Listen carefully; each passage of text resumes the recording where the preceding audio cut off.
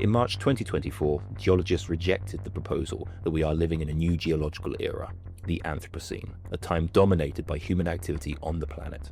And yet, the evidence of our impact on the Earth's ecology and its climate continues to mount up around us. So how could this decision make sense given everything going on in the world today? I'm Dr Russell Moul, and this is The Big Questions, and today we're going to dig through the layers of confusion surrounding the Anthropocene by speaking to Professor Erle Ellis from the Department of Geography and Environmental Systems at the University of Maryland, Baltimore County. He explains how the idea of the Anthropocene was created and how it has value outside of debates surrounding geological time.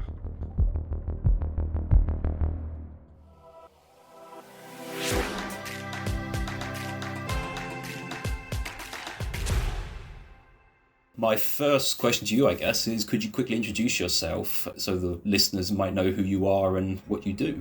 Okay, I'm Erle Ellis, and I'm a professor of geography and environmental systems at the University of Maryland, Baltimore County, and I study global changes in ecology caused by human societies. I'm also called a landscape ecologist, or someone who studies kind of the patterns of change in ecology across landscapes, so something everyone's familiar with. And you can imagine, right, the difference between a landscape without people, which might have be covered by forest or grassland, and the complex, kind of heterogeneous, very mosaic-like landscapes that people tend to produce. And as my work has shown, most of the planet's landscapes have been transformed in this way, either recently or mostly a long time ago, thousands of years ago. And so this is very much human activity, which brings in the main subject of our discussion here, the Anthropocene. The Anthropocene is something that is a term that gets thrown around a lot in pop culture, and we see it in scientific works. But I was wondering if you could just quite quickly outline for readers who might not be necessarily, who might have an idea of what it means, but not a full understanding, what we mean when we use the phrase the Anthropocene. It gets used, this is a word that has gotten so many different kinds of uses that it's almost become what some people call a pancreston. I think I'm saying that word right, which is a word that has lost meanings because it has so many meanings. But the origins of the term are from an atmospheric chemist, Paul Crutzen, Nobel Prize winner, who frustrated at a meeting where scientists were talking about changes in the atmosphere over the last 10 or 12,000 years, the time since the last ice age, in terms of this geological time interval, the Holocene, an epoch of geologic time. And he said, no, it's not the Holocene, it's the Anthropocene, because he was an expert, one of the people who studied the CFCs and how they were altering atmospheric ozone. So he was like, people have altered the atmosphere. We can't think of it as this time that's all the same for the last 12,000 years. Things have really changed. And so that's where it originated. So for Crutzen, and I'm interpreting him, people interpret him differently, but my interpretation is that he's basically saying, we live in a time where people are changing the way the planet operates. It is no longer a planet that can be understood without the way that human societies are transforming it. And that was kind of created as a way of demarcating something different to what came before, and to simplify the process. But equally, as we've just said, the term has so many different meanings, different uses. Actually, is it even a helpful term these days, do you think? I still think it's a helpful term. Maybe the most helpful part of it is that it really does invite people to think about what it means to live in a time on Earth where human societies are reshaping everything. But what does that mean? What is a human society? What do humans do? What is the planet? How is it responding? What's the role of people on Earth? What does it mean to be human? What does nature mean? All these things get explored when you start talking about the Anthropocene. So it's expanded away from just a geological focus now to involve any aspect of human culture in relation to the wider world. Well, the reality is that Paul Crutzen was no geologist, and he never pretended to be a geologist. And he brought the term out in a very informal way, and that was actually his original intention in the first two papers he published on the Anthropocene, was that there was no need to formalize this in the geologic time scale. This was a project that geologists took on more than, 9 years after Crutzen first coined the term. The geologist actually said, well, maybe we should actually get involved directly, because the term Anthropocene is basically constructed in the same way as the standard nomenclature for geologic time. Like you heard that term, the Holocene. Scene is just this, it's an interval of geologic time. It's one of the smaller ones. The smallest one is age. And so it sounds like a geologic term, but it's not actually coming from there. No, so there's a slight appropriation, and I suppose I say appropriation, but there's a thing that's been helpfully labelled, which sounds like something that fits in with the wider geological work, and so there's now an aim to incorporate it and figure out how that fits in with the existing system. Is that then the starting ground for the more formal debates on whether or not we are indeed in a epoch, a new Anthropocene, an anthropogenic epoch? Because my understanding is you've been significantly involved in the process of discussions about that, and I wonder if you could introduce us to that issue, which is now very much ongoing. Yes. So I wouldn't say this is the beginning of the discussion, the effort to formalize the Anthropocene as an epoch in the geologic timescale, which is managed by the International Commission on Stratigraphy, which formed a working group, the Anthropocene Working Group, that would decide whether we could define the Anthropocene as a formal unit of geologic time. And to be clear here, right, what does geologic time mean for geologists? For us, it just sounds like it's a time interval. But actually for geologists, it's a part of the Earth's crust. It's a part of how the Earth is forming. And so the actual material is what is defined, right? This layer. And why do we do this? And why is it such a great thing that the ICS has made this effort to create a standard way for doing this divisions of time and material? Is because before the ICS, this international group, got involved, people would name, geologists in, say, the United States and geologists in Europe would look at the different layers of geologic time, and they would call them different things. And they were, in fact, the same thing. You can imagine what happens in science when you do this all around the world. Nobody even there's no common language to talk about the same thing. And so it really was an innovation to come up with a standard way of naming the material evidence of Earth's history in this geologic time framework with standards. So the Anthropocene came into this not really intentionally. It was more or less the term already existed, and the geologists decided we should see what we can do with this, whether it really could fit. And the answer was, after 10 years of work, in which I was a part, was that it did not fit. It did not fit into the way that geologists want to define both this material layers of the Earth's surface, of which the Anthropocene, according to the definition that was proposed by the working group, would be about 6.5 layers of sediment in a lake. So a very little thin band of material evidence. And all that prior material, including everything before 1950, actually 1952 precisely, everything before that time would be defined as the Holocene, this earlier geologic epoch, and then the Anthropocene would be after that time, defined by a marker which was actually evidence of radioactive fallout from the hydrogen bomb tests of the 60s. Believe it or not, we looked at, the first bomb tests in the 1940s. They did not produce a global set of evidence. That radioactive fallout was local. So nothing from Trinity tests and Hiroshima and Nagasaki and any subsequent tests made a difference. It was literally the hydrogen bomb in the, 63 onwards or whatever it was? If the atmospheric test of the hydrogen bomb left a global record, you can measure it in many places around the world. Not everywhere, but it's a pretty good global signal. Sure. But I can already see quite a few problems then with that whole endeavour. And if my understanding is correct, you actually left the working group in the end. Is that true? I formally resigned. And that was that because of their approach to this particular problem? Well, yes, basically. And it I'm not a geologist either. I'm an ecologist. And so I was always a little bit of an odd man out in the stratigraphy group. But I can tell you that a lot of people came in and then left. I stayed with it because they didn't really fit in with the process that they were trying to use to define the Anthropocene. And ultimately what it came down to, and I was kind of surprised by this, but the way that this whole process works is you start off actually not by looking at the data. You start off with the definition of the process. Like, what are you trying to define? What are you trying to mark? And then you look for the markers that you can use that are the best to mark this.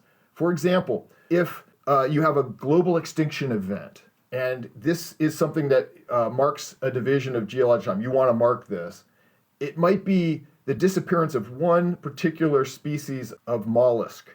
Like, when does this disappear around the world? Or even, when does another species appear in records around the world? And most of these are marked actually in ocean sediments, almost all of them. So that's the main indicator that you see, because most of geologic time, right, you got billions of years to work with. Most of that time, you don't have life on land. So the markers do tend to be biological. Anyway, so first there was the definition of the great acceleration. So this is a very real effect in global data sets, right? If you look at atmospheric chemistry and some other things, you can see some pretty big accelerations in changes around that time in the 1950s that define this thing called the Great Acceleration. Obviously, that's not the beginning of most of these processes, and Crutzen looked at the Industrial Revolution as a kind of beginning to these changes that he was most concerned with because he was an atmospheric chemist. So the atmospheric changes that he was seeing were mostly, starting around then, but although very slow at first and not widely distributed, right? Like, most of the world was not undergoing the Industrial Revolution when the UK was, right? It spread and that pattern of change was not immediate all at once, which is actually the way that all global changes tend to be, except for very few exceptions, right? An asteroid hits the planet, whatever. Human transformation of the planet is not all at once in 1952. I think, as anybody can tell you, it unfolded in a complex pattern across the Earth, depending on what you're looking at. If you're looking at biological changes, which is a huge number of markers for other epochs and time intervals, it's occurring across the world in a very complex pattern over a long period of time, thousands of years.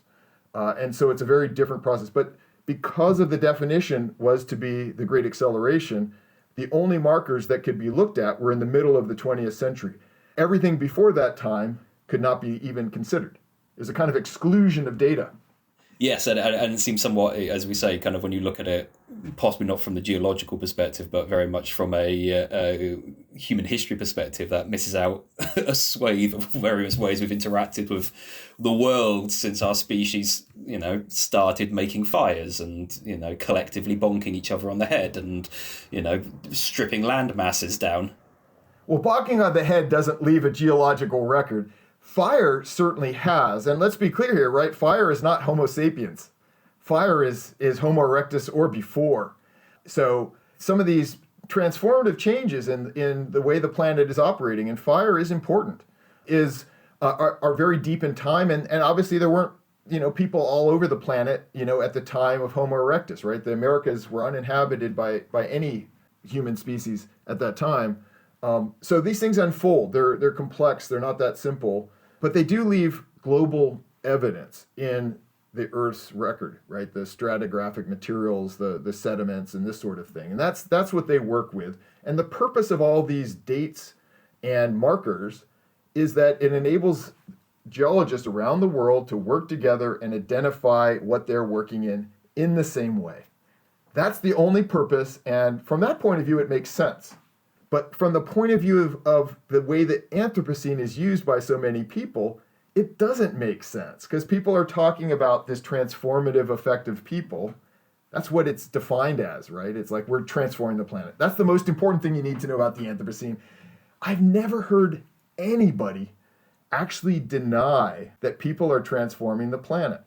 I've never, ever heard it. I mean, that was this concern that the Anthropocene Working Group had, that if it did not formally recognize the Anthropocene as a geologic time period or an epoch, that people would say, oh, people aren't transforming the planet. I mean, that's kind of ridiculous, right? If you don't want to see the evidence that the Earth is being changed by people, that's up to you. But the evidence is absolutely crystal clear and has been for a very long time. You don't need to use the word Anthropocene to talk about that. It's just a kind of shorthand. That anticipates my next question, which was with the media attention to the working group and its findings, especially last year when the formal epoch was rejected. To what extent did that muddy the water in these debates around human-caused changes and human impacts? But by the sounds of it, it didn't necessarily. Yeah, the funny thing is, and it is pretty interesting, is that a lot of people don't even know. And when I say people, I actually mean even people that I normally work with in my professional life, right? Other scientists, they don't even know that there was a 1950s proposal. They're using the term and they're not really even thinking about it. They don't have the knowledge of these details for their point of view. And I think it's perfectly correct. This is obviously happening. You don't need geologists to tell you you have an Anthropocene. We know we live in a time when people are transforming things. Paul Crutzen didn't consult geologists when he came up with the concept.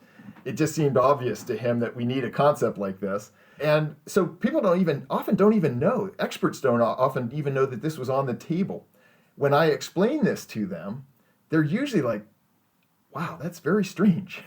They don't quite understand why 1952? Right? And when you explain to them, they're still kind of like, okay, I understand why that was voted down.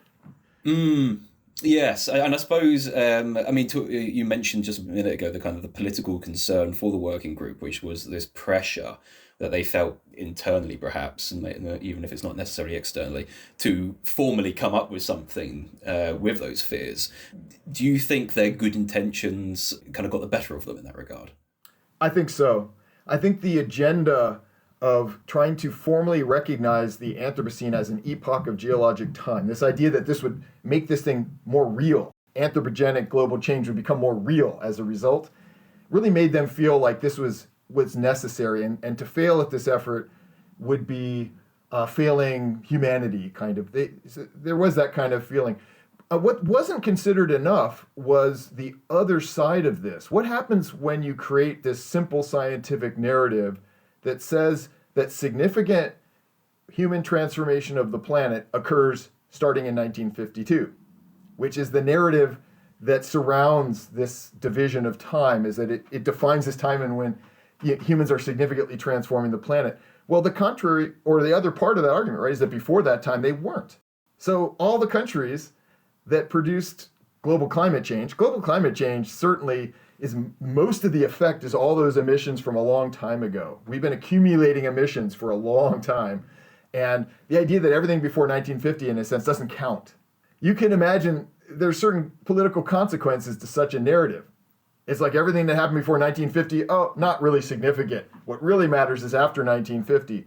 It creates, scientists claim this is the authoritative way to understand the transformation of the planet by people. There's a lot of negative or regressive things that could be done with that kind of narrative. That's also very true. So how do you tend to approach it with your work? I've always approached it, and I've actually, in some ways, avoided using the term Anthropocene too much in my work, knowing full well what it would mean to have a formal Anthropocene. Because a formal Anthropocene in the geologic timescale is a different thing than what most people think, as I've described, right? It is this formal time division, and it would probably be in the 1950s. Like, we knew that a decade ago. That was where people were already trying to go in the geologic community, at least in this community, the Anthropocene Working Group. And so I always think about human transformation of the planet as this complex emerging process that intensifies and changes around the world. It's not a simple time division. It's a process of planetary change caused by people. And so you can look at the roots of it going back thousands of years and look at how it's accelerating and building in different parts of the world. And that's what's interesting about it. And that's how you understand the process of change. Like, how do people change the world? Well, they do it socially. It's not about like one group, and it's socially differentiated, right? When people talk about climate change is caused by humans, it's like, no, humans don't cause climate change. Societies of humans, certain ones that are burning fossil fuels, they are causing almost all the climate change. The idea that it's just being a human being makes you a cause of climate change, not correct, right? It's the things that societies are doing. Yes, and as you said, a select portion of societies, and I suppose that becomes, again, we part of what's wrapped up with the modern climate change and planetary changes largely are wrapped up with political ideas around responsibilities and who gets to do it. And by kind of saying humans cause it, as you said, there is that political issue there where it makes it look like it's a widely distributed, everybody's involved in this, where in reality we know that actually, although yes, to a certain extent, there are specific countries that are more involved. That's correct. That's really important, I think, to understanding how humans are capable of producing planetary change. It's the social process, the things we do collectively that make that possible. And we don't all do the same things collectively, right? We have very different societies, and some societies are, essentially doing most of the negative consequences, while others are experiencing those consequences more than those even causing them. And so when we talk about process of human-caused planetary change, such as, the planet is increasing in temperature, it's going up, and the problem is that we have a planetary temperature change, that it's not really the problem. The problem is that some people in some societies are causing planetary change and not taking responsibility for this. So calling it, like you said, like just saying, everyone's in the same boat, humans are causing the change, we all need to deal with it. It's like, no, not everyone needs to deal with this. It's certain societies, certain people that are causing most of this. And it's a failure to take certain very wealthy societies that we will remain nameless, but we can say mostly predominantly speak English. So, yeah, have you had, so with this, I mean, we know it's a politically challenging subject. Have you yourself kind of had any pushback from people when you've kind of explained your perspectives to this? Or once you've kind of had those conversations, people go, yeah, no, this makes sense?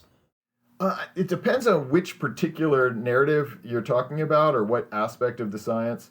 But generally, I found people are pretty receptive to understand the Anthropocene the way that I do, which is as this process of changing the planet that is ongoing. It's not just, humans doing it and it happens all at once. It's this long unfolding social process that's, different actors doing different things. It's kind of obvious, I think. I don't feel like I've gotten a whole lot of pushback on that. And I found that the alternative, which is the Anthropocene Working Group's proposals that we should think about this kind of binary, this divide between, the pre-human transformation and then the transformative part, doesn't make sense to a lot of people. And what people have done is some people fight it, and I've been in a position where I've had to actively discuss it with the Anthropocene Working Group. And the Anthropocene Working Group itself, yes, there's plenty of opposition to my thinking about this. But outside of it, it's kind of, people just ignore this argument because it doesn't make sense to them. And this is the other fascinating thing about Anthropocene. Most people think, even if they've never heard the term before, like they just hear it for the first time, and I've been in a lot of rooms where this happens, they all immediately know what it means.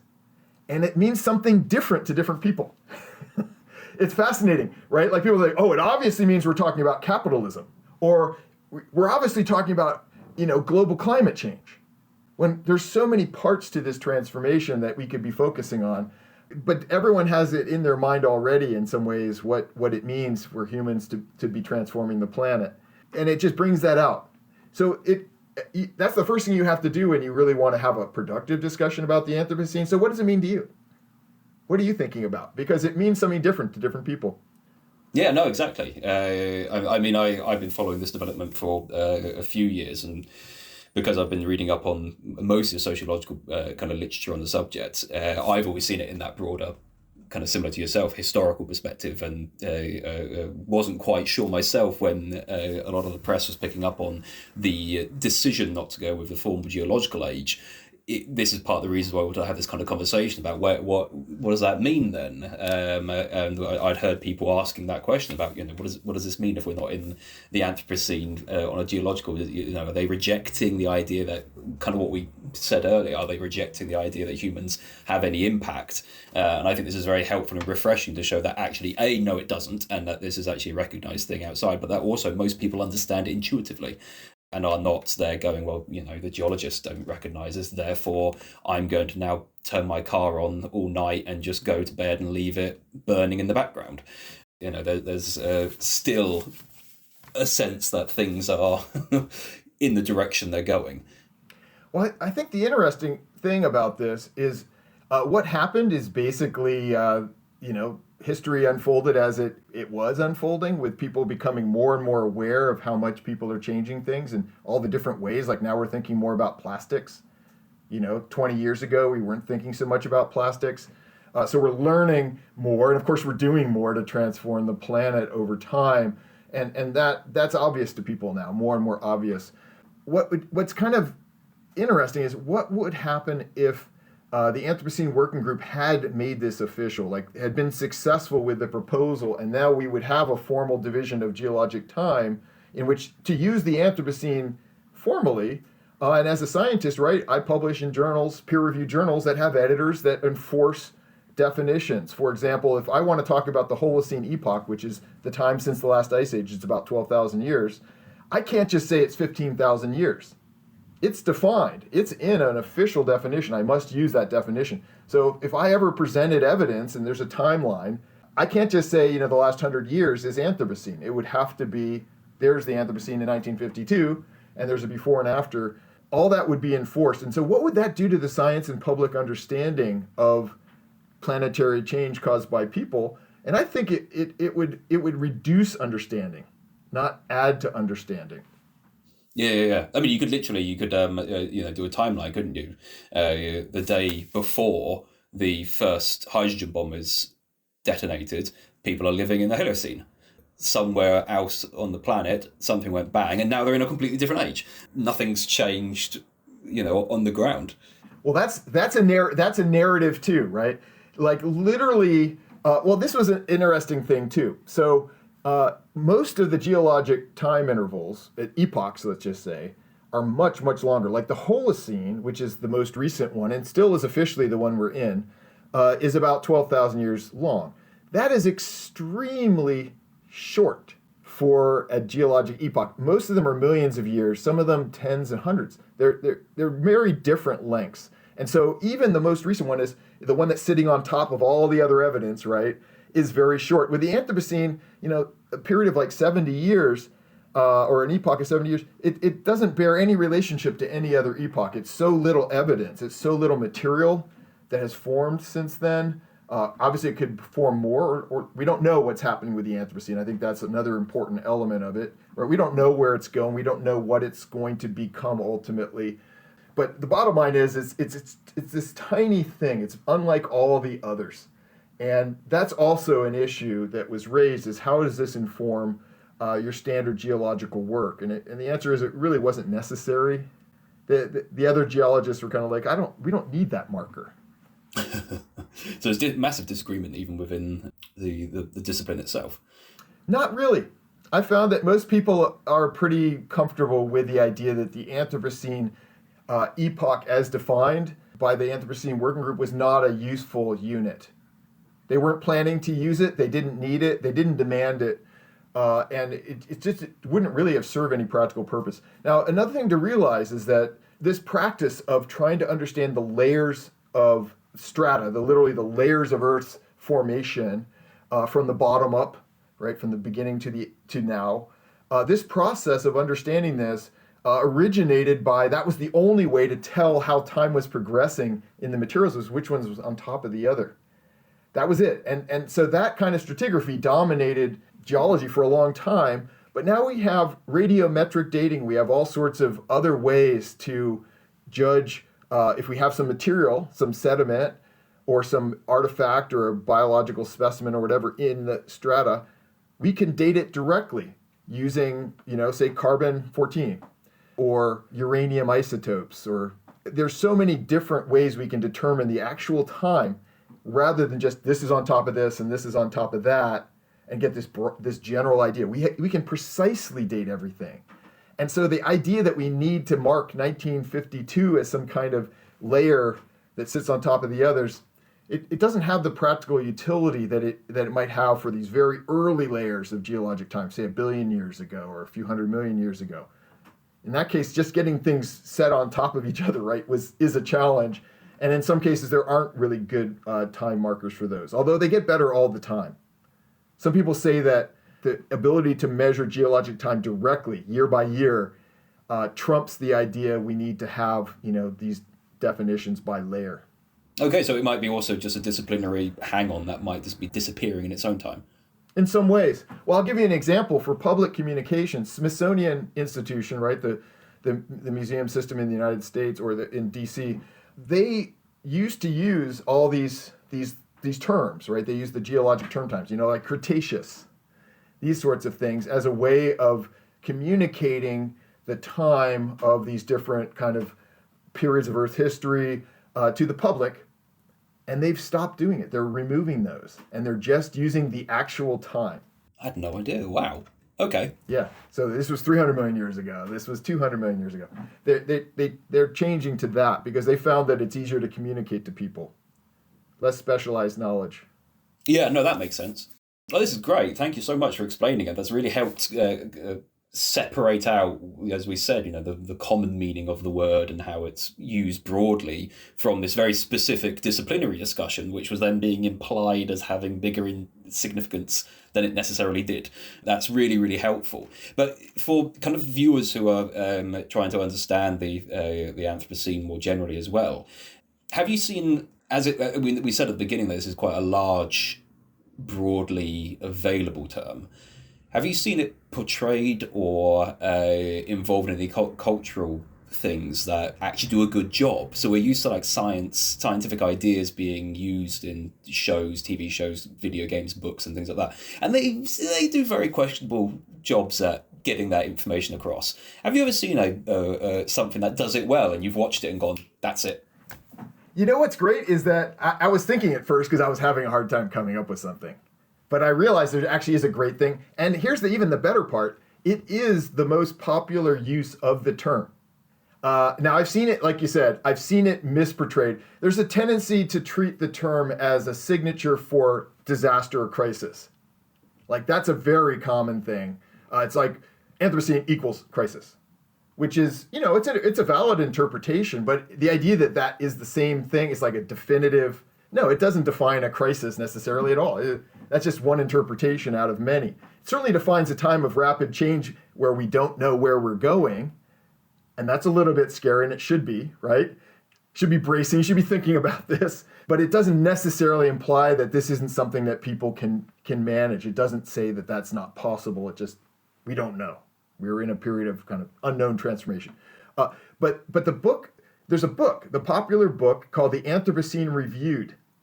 And that is where, if you search around, you'll see that's where most use of the term gets out there, at least these days. And it's a book, it's a few years old. And I avoided reading the book because I was just thinking, okay, another book in which the Anthropocene is a crisis, and that's the same, and you don't have to discuss it or think about it, just a crisis. But then I read the book, and it's a kind of funny book, right? It's not all about the Anthropocene at all, but it does have some sections where it discusses the Anthropocene. It gets it totally right, which is really a pleasant surprise because it's so rare. Even among scientists, there's a tendency to oversimplify the concept. And Hank Green, who's the author, he presents it very much like I did. And so he really, obviously I'm tooting my horn a bit here, but he really gets it. Yeah, so he's able to kind of communicate that in its more nuanced forms. He really does. Without it automatically being associated with fear and disaster. I recently interviewed for another podcast Jan Zalasavage, who I think was also on the committee for the Anthropocene. He was the chair of the committee, or the Anthropocene Working Group, for most of its history. Yes, we were talking about technofossils and the leftovers of human race into the future. Which archaeologists, I should remark, already have a term for. They're called artifacts and material culture. Like, this is what archaeologists actually study and have studied for their entire history of the discipline, and geologists just discovered. I actually have a little bit of a problem with this concept of technofossils. It sounds cool, it's a neat idea, but it's just an appropriation of a concept that is well understood by another discipline. It's like geologists are like discovering that humans are actually relevant to understanding Earth's history. Well, archaeologists have kind of understood that for the last 100 or so years. I hadn't really thought about it in those terms, but I guess, yeah, you're completely right that these are just, this is artifact examination and discovery. I mean, who's been studying the transformation of the way that human societies interact with their environments and shape new types of material evidence? Archaeologists. It's what they do. Yeah. So with that, though, he was... I commented on how a lot of the rhetoric around dealing with the technofossils / artifacts of the future, how their approach wasn't actually necessarily, there was a kind of playfulness with the book that had been published on it that was saying cultivating curiosity, and I raised this as a point, saying you deal with this in a relatively light-hearted way, given that the baggage that comes with this is the idea that this is human-made impacts and that it can have serious impacts on the future of the planet and other generations. And there was that comment that this being interested in this is a valuable way of approaching it. It's more sustainable to be interested in this and not scared. And I suppose this is in a similar way, and forgive me if I'm misinterpreting this, but it's kind of a similar way to what you're saying, the Anthropocene, if it's always seen as being automatically disastrous and dangerous, there's a kind of risk of people logging out from it mentally, because all it means is, oh God, the world's burning and we're all going to struggle. But it seems to be presenting it as by looking also as a long-term story. It's also the long-term story of humanity and our ancestors. So it's a broader story that's more interesting and more nuanced. Absolutely, it is exactly that. And I think one of the things that is left out of this story by the crisis narratives primarily is the idea that human societies have already developed unprecedented capabilities to make the world a better place, not just for people, but for the rest of life. We treat the story of humanity as just this kind of, at least in this Western, more developed world, as a story of people essentially not knowing what they're doing and destroying the planet as a result. That's not the story of humanity. That's the story of certain societies that have not yet learned the lessons of what it takes to sustain their societies over the long term.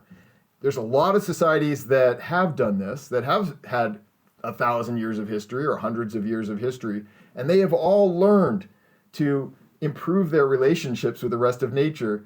It's not a one-way street where we just take. You have to give back, and you have to respect the planet if you expect to live on it for very long. And even our societies, okay? We forget immediately, it's amazing, that, for example, we could be living on a planet right now where you'd get a sunburn in 5 minutes when you go outside if we hadn't implemented the protocols, if the countries and the companies responsible for the chlorofluorocarbons, the CFCs that were destroying the ozone, hadn't agreed to these protocols, the Montreal Protocol and the later protocols that have now eliminated that emission that was destroying ozone. That would, a much worse planet would be the one we live on. We actually solved that problem. Imagine a world without an environmental protection agency. Well, that was about 1950, okay? And it was a lot worse. The air pollution was really terrible. The water pollution was really terrible, and it still is in some places. But the reality is that we have learned our lessons about some of these things, and some things are not okay anymore. And we're learning this. We're learning the hard way a lot of the time, right? You've already done the damage. You've caused an extinction. These are things that, some cases you can't completely reverse these things. But we are and we have learned to live better in relationship to the planet that we have. And now we live in the largest scale societies that have ever existed. We're more interconnected, more interdependent globally than ever before. The idea that we don't have capabilities to do better is absurd. Have our societies ever been capable of doing better? No. So it's just a matter of actually doing that rather than the idea that we can't do anything. We're just stuck on this planet of disaster. We're just in a crisis. That's it. What can you do? It's like we can do a lot, is the answer.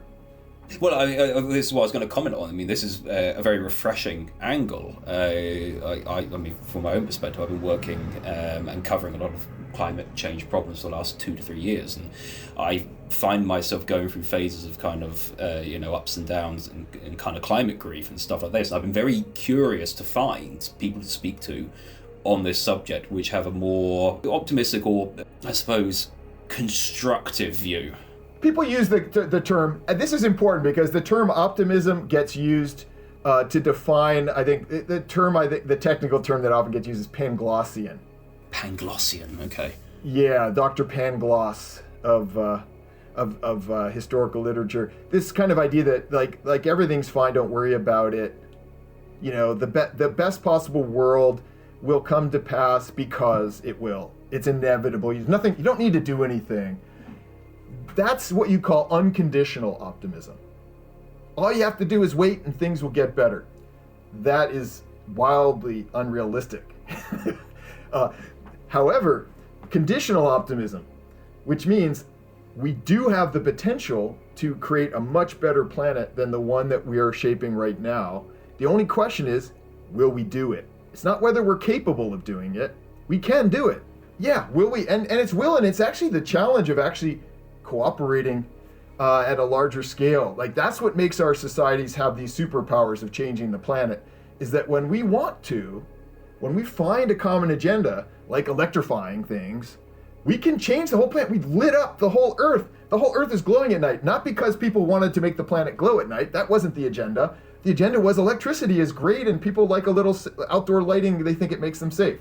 So we see all this outdoor lighting, and the whole planet is glowing at night. Nobody was trying to make a planet that's temperature was increasing. Nobody wanted to do that. This was a byproduct of people using cheap energy, which has really changed a lot of lives for the better.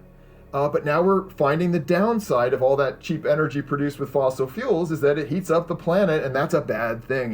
It's a negative consequence that we didn't even understand 50 years ago very well. We had some idea then, but now we know much better, and we're experiencing it much more. So the idea that we can't figure out and do better is just not correct. We do that. The question is, how fast will we do it? How well will we do it?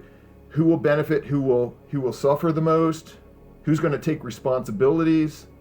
These are the real challenges, not the idea that we can't do anything about this. We're just stuck. We're locked into a future planet that's going to be much worse. It's not that simple. It depends on what we do.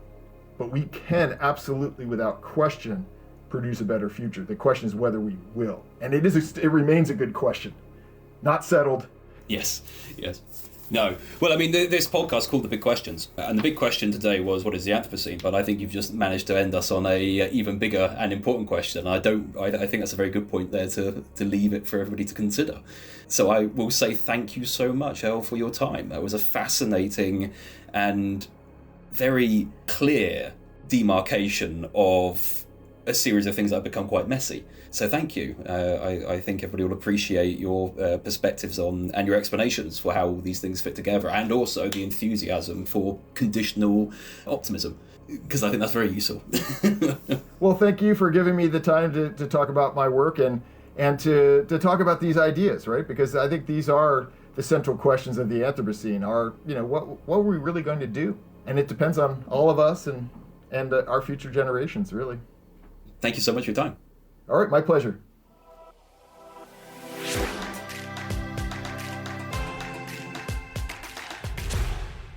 The music in this episode is credited to Audio Blocks.